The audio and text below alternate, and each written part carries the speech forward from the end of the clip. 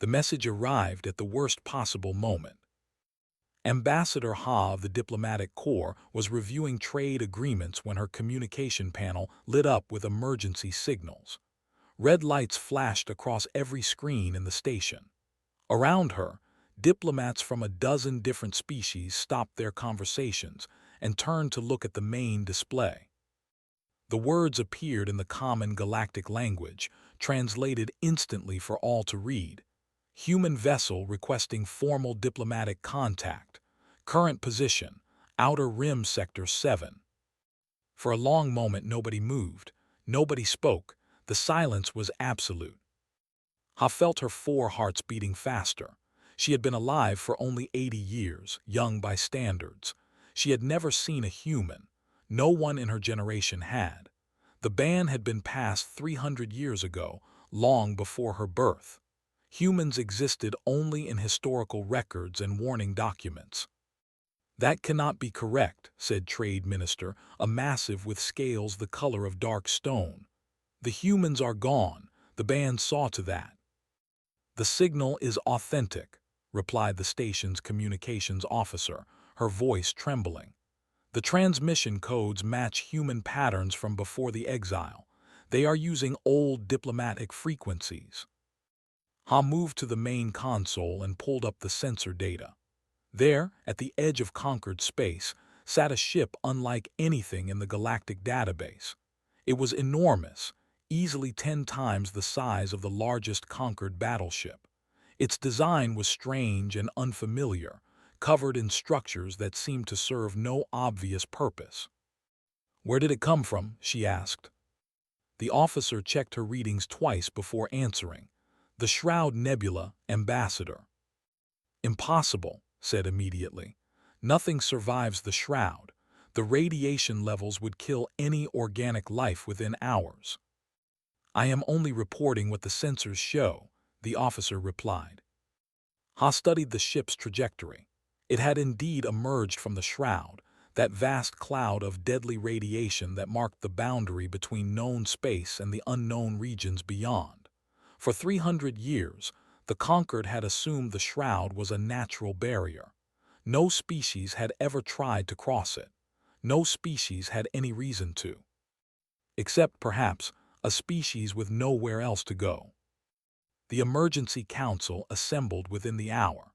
Representatives from all 47 member species of the galactic conquered gathered in the Great Chamber, their forms ranging from small flying creatures to massive beings that required special platforms to support their weight. The room filled with the sounds of different languages, all being translated by the chamber's systems. High Chancellor called for silence. He was an ancient being over 500 years old, one of the few still living who remembered the band's passage. His skin hung in loose folds around his skeletal frame, but his eyes remained sharp. "We have confirmed the presence of a human vessel in conquered space," he announced. "This is the first contact with the human species since the ban was enacted 3 centuries ago." The chamber erupted in noise. Fear, anger, and confusion mixed together in a chaos of voices.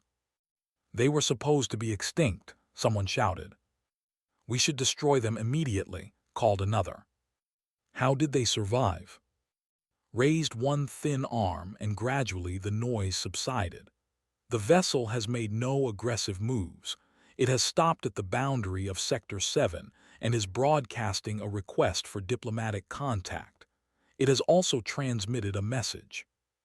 He gestured, and the human message appeared on the main display. The words were simple, almost painfully polite. "The human collective requests formal recognition of its existence and peaceful dialogue with the galactic conquered. We come without weapons drawn. We come without demands. We come only to speak." Ha read the message 3 times. Something about its tone disturbed her, though she could not identify what.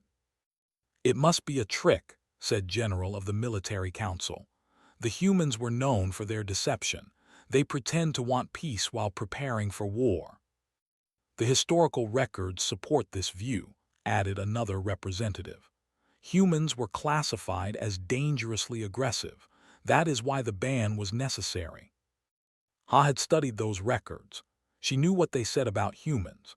They described a species that had risen from primitive conditions to spacefaring civilization in an impossibly short time. They described a people who fought constant wars among themselves, yet somehow united when facing external threats. They described creativity and destruction in equal measure, a species that could build beautiful things and terrible weapons with the same hands.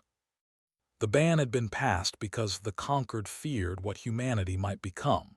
Not what they were, but what they could be. The vote had been unanimous. Every species had agreed that humanity was too dangerous to remain part of galactic civilization. "We should send someone to speak with them," Ha said. The chamber fell silent. All eyes turned to her. "That would be extremely unwise," General replied. "We do not negotiate with banned species." "The ban assumed they would die out," Ha responded. Clearly that assumption was wrong. If they have survived 300 years in exile, if they have crossed the Shroud Nebula, then they are no longer the species we banned. We need to understand what they have become. Looked at her with his ancient eyes. "You are volunteering." Ha felt the weight of the question. She was young, relatively unknown, with little political power. If she went and something went wrong, her death would mean little to the conquered. But if she succeeded in making contact, if she could learn what the humans wanted. "Yes," she said, "I will go." The journey to Sector 7 took 4 days. Ha spent most of that time reviewing everything the conquered knew about humans. She watched old recordings, read ancient reports, studied the arguments that had led to the ban. She learned that humans had been a member species for only 50 years before their expulsion. In that time, they had advanced technologically at a rate that alarmed the other species. They had formed alliances and rivalries with equal ease. They had adapted to environments that should have been hostile to them. Most disturbing of all, they had begun to ask questions. Questions about the conquered's origins, its structure, its limitations. Questions that made the older species uncomfortable. The ban had been presented as a safety measure, a way to protect galactic stability. But as Ha read between the lines of the old documents, she began to see another truth. The ban had been an act of fear. The conquered had not expelled humanity because they were dangerous. They had expelled humanity because they were afraid of being surpassed. Her ship approached the human vessel on the morning of the 5th day. Up close, it was even more impressive than the sensor data had suggested. The hull was covered in modifications and additions, layers upon layers of construction that suggested constant adaptation and change. A docking bay opened in the ship's side, revealing a passage lit with soft light. Ha took a deep breath, or the equivalent of one, and guided her small vessel inside. They were waiting for her. 3 figures stood at the end of the docking bay. They looked roughly like the images in the historical records: 2 arms, 2 legs, upright posture, but there were differences. Their clothing was unfamiliar. Their expressions were calm, patient, utterly without hostility. One of them stepped forward. It was female by human standards, with dark hair and eyes that seemed older than her face. "Ambassador Ha," she said, speaking flawless. "Thank you for coming. My name is, I am the speaker for the human collective." Ha studied her carefully. "You speak my language." "We have had 300 years to study," replied. "We have not wasted them." "Why are you here, the ban?" "The ban failed." His voice was gentle, almost kind. "You tried to make us disappear. You tried to push us into the darkness and hope we would die, but we did not die, Ambassador. We grew." She gestured to the vast ship around them. "We are not here for revenge. We are not here to threaten or demand. We are here because it is time. Time for the conquered to see what you created when you tried to destroy us." Ha felt a chill run through her body. "And what is that?" she asked. Smiled, and in that smile, Ha saw something that frightened her more than any weapon could have. Patience, absolute, unshakable patience. Come said, let us show you. The days that followed changed everything Ha thought she knew. Led her through the human ship, explaining its history and purpose. The vessel was called the Remembrance, and it had been built over the course of 2 centuries. It was not a warship, though it could defend itself. It was a mobile home, a traveling city that housed over 50,000 humans. When the ban was passed, we had 17 colony ships in construction, explained as they walked through a vast garden filled with plants Ha had never seen. Most of our people were killed or captured. Our was quarantined. Our settlements were destroyed, but the colony ships escaped into the shroud. How did you survive the radiation? Ha asked. We adapted, picked a fruit from a nearby tree and offered it to Ha. At first, we lost many people. The ships were not designed for long-term survival in such conditions, but we learned. We modified ourselves. We changed our technology. Generation by generation, we became something new. Ha did not take the fruit. Her species did not eat solid food, but she appreciated the gesture. The conquered expected you to die, she said. The conquered did not understand us, replied. They saw our wars and our conflicts and our chaos. They thought we were weak because we fought among ourselves. They did not realize that our conflicts made us strong. Every war taught us something. Every failure pushed us to improve. We are not a species that gives up, Ambassador. We are a species that adapts. They passed through a section of the ship where the architecture changed dramatically. The walls were no longer metal but something organic, growing and shifting in patterns that seemed almost alive. This section was designed by the Greeners, explained. One of our new branches. When the colony ships separated, each one developed differently. The Greeners focused on biological adaptation. They can survive in environments that would kill baseline humans. Their children are born with modifications that took us generations to develop. Ha stared at the living walls. You modified your own species. We had no choice. The universe is hostile. We could not wait for evolution to save us. We had to take control of our own biology. They continued walking. The next section was filled with machinery, complex systems humming with energy. Humans moved among the machines, but Ha noticed that some of them had metal limbs, glowing eyes, cables running from their skulls into the walls. The integrated, said. They chose to merge with technology. Their minds can connect directly to computer systems. They process information faster than any organic brain. Some of them exist primarily as patterns in our networks, downloading into bodies only when physical presence is needed. Are they still human? Ha asked. Considered the question. They still love, they still dream, they still argue about philosophy and tell bad jokes. Yes, Ambassador, they are still human. Humanity is not defined by biology. It is defined by something deeper, something we have never been able to name but which survives every change we make to ourselves. They reached a viewing platform at the ship's center. Through the transparent walls, Ha could see space stretching out in all directions. Stars burned in the distance, and she could make out the faint glow of the Shroud Nebula. How many are you? She asked. We stopped counting exact numbers long ago. Our best estimate is somewhere between 3 and 4 billion, spread across hundreds of settlements throughout the Shroud and the regions beyond. Ha's minds reeled. 3 billion.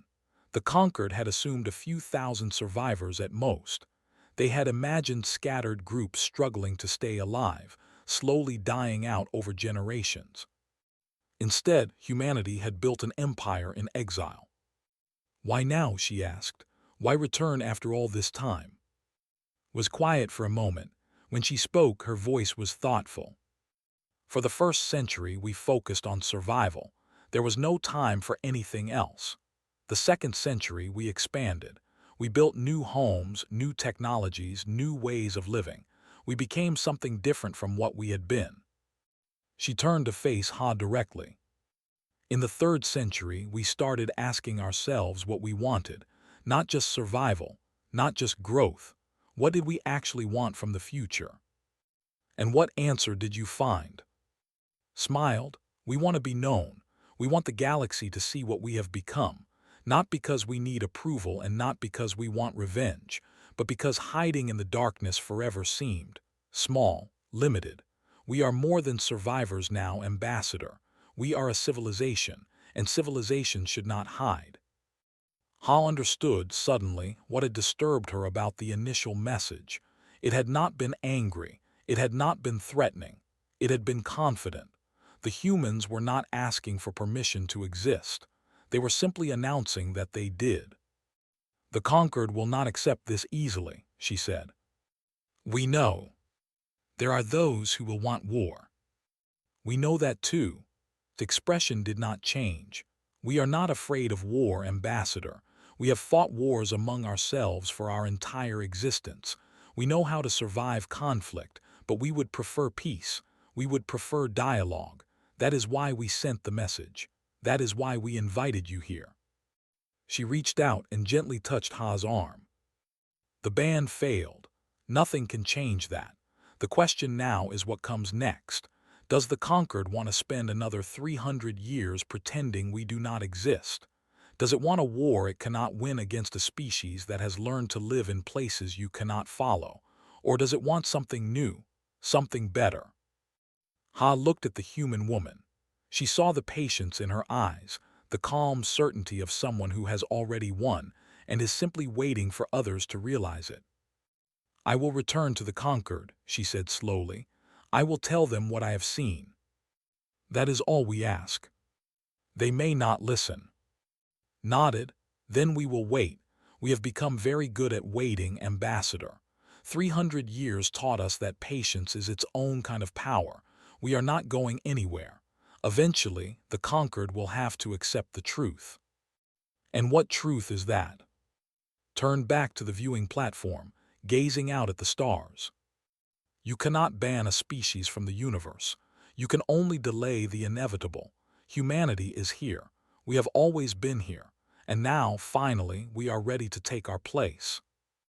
Ha left the human ship with her thoughts in chaos. Everything she had learned, everything she had seen, contradicted the official history she had been taught. The conquered had told its citizens that the ban was necessary, that humans were too dangerous to allow, that their extinction was regrettable but unavoidable. But the humans had not become extinct. They had become something else entirely.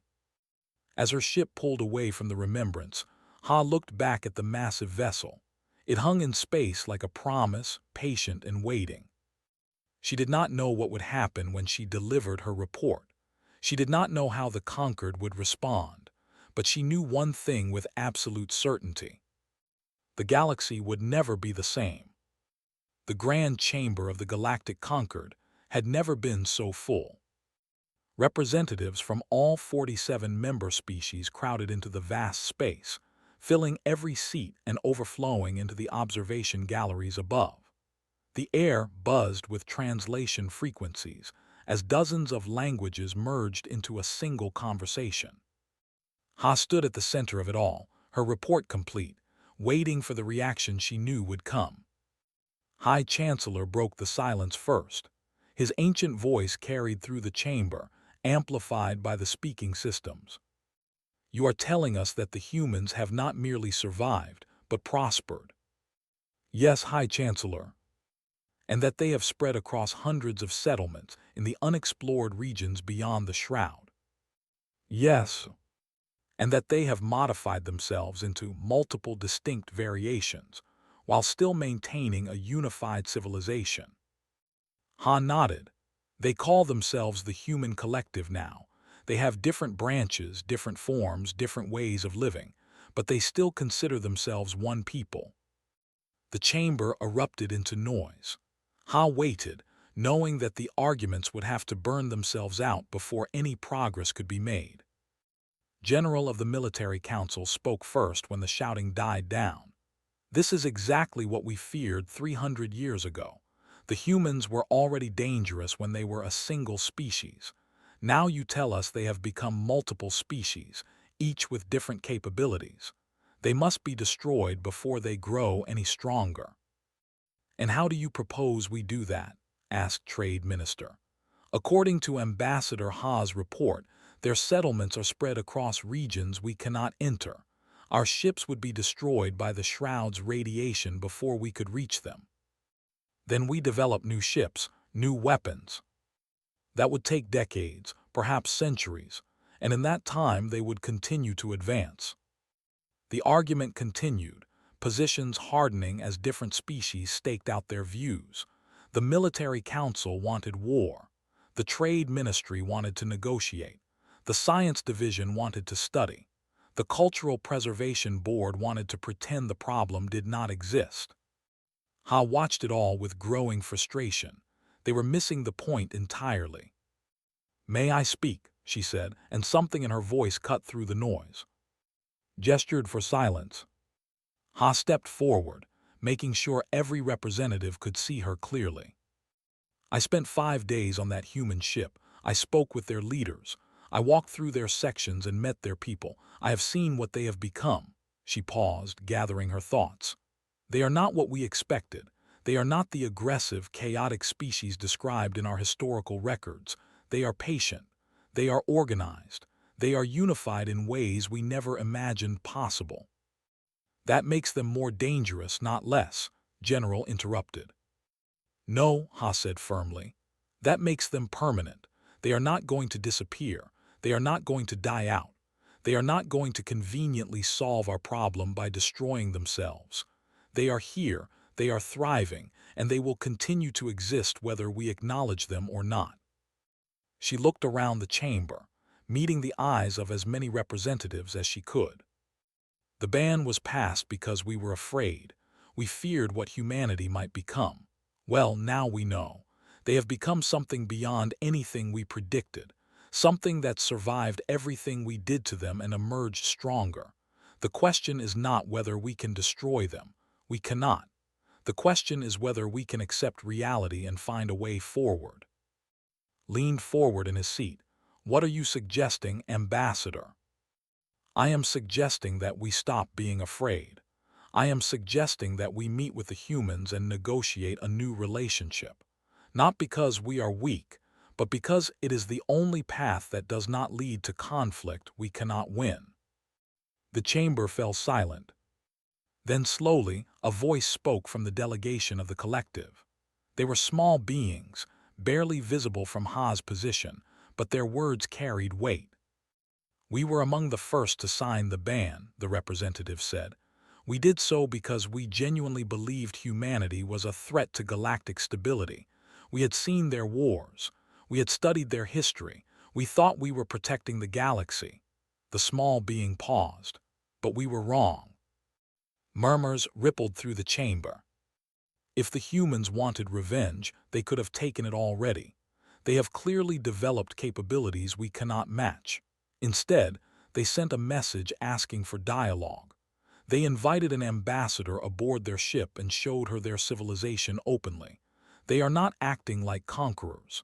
They are acting like a species that wants to be recognized. Another voice joined in, this one from the delegation.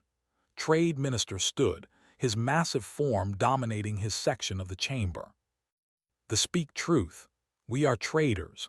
We understand negotiation. We understand what it means when someone comes to the table without weapons drawn. The humans are offering us a chance to resolve this peacefully. Only fools would refuse such an offer." General tried to object, but more voices were joining the discussion, more species expressing support for negotiation. The tide was turning. Finally raised his hand for silence. "It seems we must put this to a vote," he said. "The question before us is simple. Do we rescind the ban and enter formal negotiations with the human collective, or do we maintain the ban and prepare for conflict?" The voting took hours. Each species had to consult with their government, their councils, their people.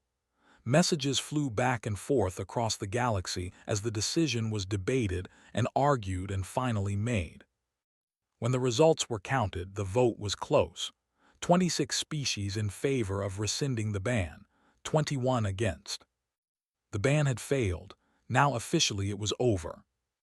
Ha was chosen to deliver the news. She returned to Sector 7 aboard a formal diplomatic vessel, accompanied by representatives from several other species. The remembrance was waiting for them, just as it had waited before. This time when they docked, the greeting party was larger.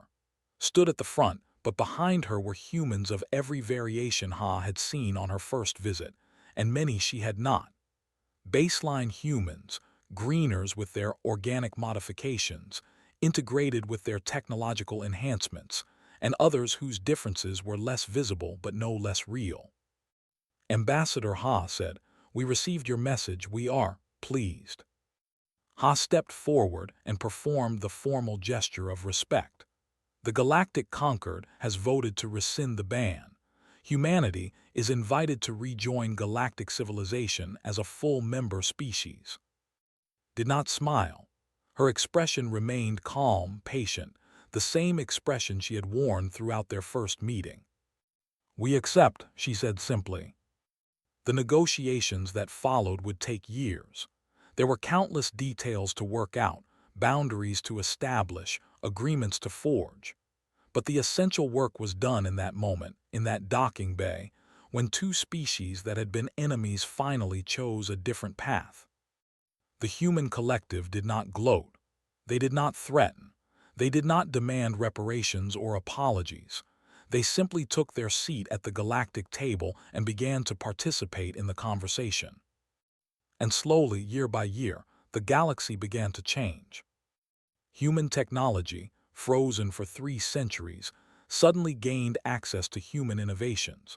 Ships that could survive the shroud, biological modifications that allowed adaptation to hostile environments, computer systems that blurred the line between organic and artificial intelligence. Everything the humans had developed in exile, they shared freely. Some species feared this. They worried that human technology would disrupt the careful balance of galactic civilization. They predicted chaos, conflict, the collapse of everything the Conquered had built.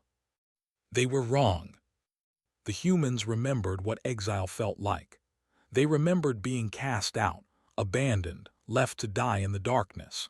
They had no interest in doing the same to others. Instead, they focused on building connections, fostering cooperation, helping other species adapt to the new possibilities their technology offered.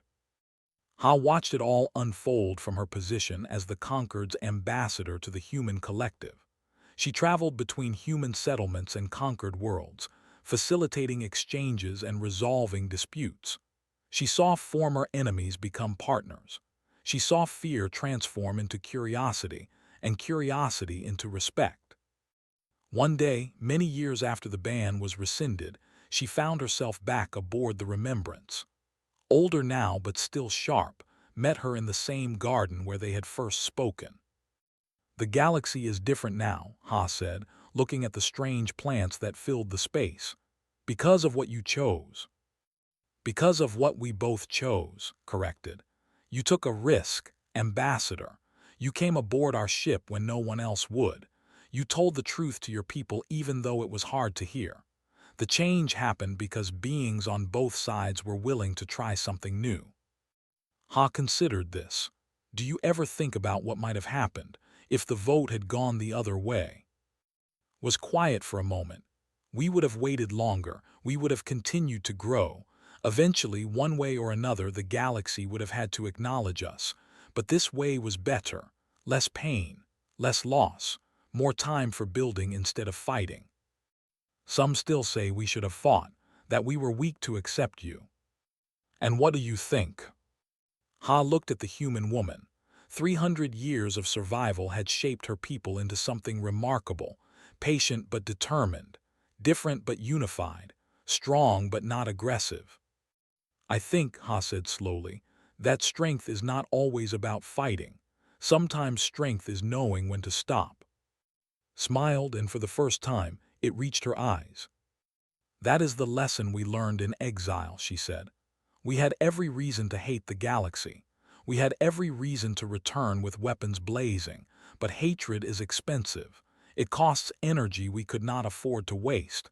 So we chose differently. We chose to survive. We chose to grow. We chose to wait. She reached out and plucked a fruit from a nearby tree. And in the end, we chose to come back not as conquerors but as neighbors. Ha finally accepted the fruit this time, holding it carefully in her hands. The galaxy had banned humanity once. It had tried to make them disappear. It had pushed them into the darkness and hoped they would never return. But humans were stubborn. Humans adapted. Humans survived. And now the galaxy would learn to live with them, because there was no other choice. The ban had failed. The humans had returned. And the universe was better for it.